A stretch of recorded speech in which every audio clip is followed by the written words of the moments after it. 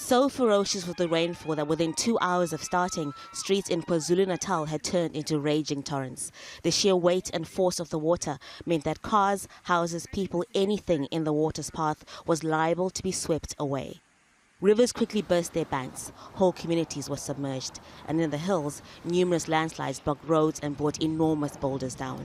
Then, as the worst of the waters began to subside, the bodies started being recovered. The victims included a 6-month-old baby. President Cyril Ramaphosa returned from an African Union summit in Egypt and immediately visited bereaved residents in the city of Durban. Emergency funding will be made available for rebuilding, he promised. We will give you as much support as we possibly can, and we will make sure that the needs that you have are addressed and that they are met at all our levels, provincial, local, as well as national level. The rich were not spared either.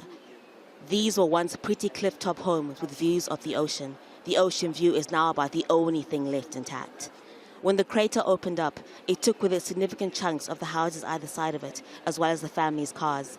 The homeowner tried in vain to keep the storm drain working. I sat down on a chair and cleaned the drainage for about an hour, to no avail, because when the torrential downpour really came, nothing could stop that water. Serious questions already being asked about the state of South Africa's drainage and infrastructure with the national election just days away. And there's also an enormous cleanup to organize. The flooding swept waves of debris into the port of Durban, rubbish including thousands of plastic bottles covering a large area of the harbour's port and shoreline.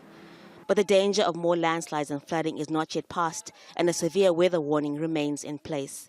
Heavy rain and gale-force winds are forecast, although they should start to clear later on Thursday. Haru, Mutasa, Al Jazeera, Durban.